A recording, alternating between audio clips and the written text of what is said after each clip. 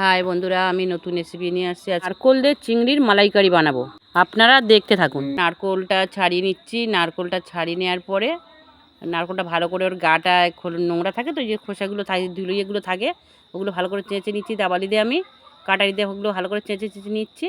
নেওয়ার পরে হাতটা কেটে নারকোলটা এবার ভেঙে নিচ্ছি। আমি ভেঙে নিয়ে নারকোলটা ভেঙে জলটাকে বের করে নিলাম। নিয়ে দেখো নারকোলটাকে ভাঙতে পারছি না, এবার ভালো করে দাবালি দিয়ে করে চাপ দিয়ে ভাঙবো নারকোলটা। খুব নারকোলটাকে ভেঙে নিলাম আমি। ওই হাফ মালা নারকেল আমার লাগবে। ওই নারকোলটা ছোটো ছোটো টুকরো করে নিয়েছি, ওর যে কালো অংশটা ফেলে দিয়েছি। ফেলে দিয়ে দেখো এবার আমি ওই মিক্সিতে দিচ্ছি।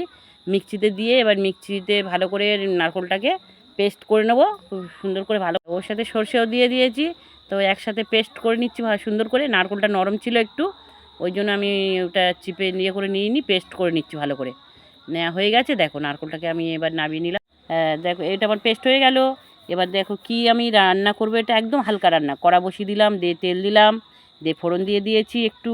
ফোড়ন দিয়ে দিলাম, তেজপাতা দিয়েছি, ফোড়ন দিয়েছি, পেঁয়াজ দিয়েছি, দিয়ে নাড়াচাড়া করে নিয়েছি।